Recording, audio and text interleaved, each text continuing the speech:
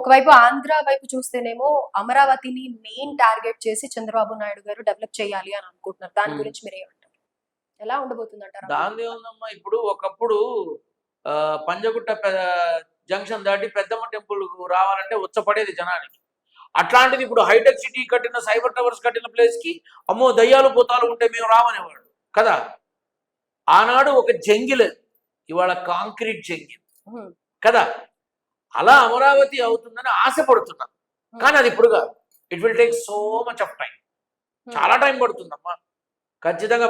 అంటే నేను చూస్తానో చూడనో తెలియదు, కానీ ఖచ్చితంగా నా తర్వాత తరం మాత్రం చూస్తారని అనుకుంటున్నా. అంటే 3 వారాల క్రితం నేను ఏపీ హైకోర్టు ప్రాంగణం అంటే అమరావతి అవన్నీ తిరిగానమ్మా. బాగుంటే ఇంకా బాగుండు అని అనిపించింది. అంటే అన్ని మొదలై అంటే కట్టినవన్నీ కూడా అలా గత గవర్నమెంట్ చేయని ప్రాజెక్ట్స్ ఏమన్నా కంప్లీట్ వాళ్ళు అసలు ఏం చేశారు? ఓకే, అసలు ఎవరు ఏం చేశారమ్మా? కొంచెమన్నా ఒక అడుగు ముందుకు వేసారని అంటారా? అంటే ఒకటి ఫండింగ్ రేజ్ చేశారు, అమరావతి కోసం ఫండింగ్ రేజ్ చేశారు. ప్లాన్ ఆఫ్ బ్లూ ప్రింట్స్ ఏవైతే ఉంటాయో అవి రేజ్ చేశారు. అండ్ మెజర్మెంట్స్, ఏరియాస్ అంత ద కిలోమీటర్ వైజ్ ఎంతవరకు అన్ని రేజ్ చేశారు. The kind of same thing. ఇప్పుడు బిల్డింగ్లు కట్టడం అంటే 20-30 సంవత్సరాలు అక్కర్లా, చాలా తొందరగానే ఉంటున్నాయి.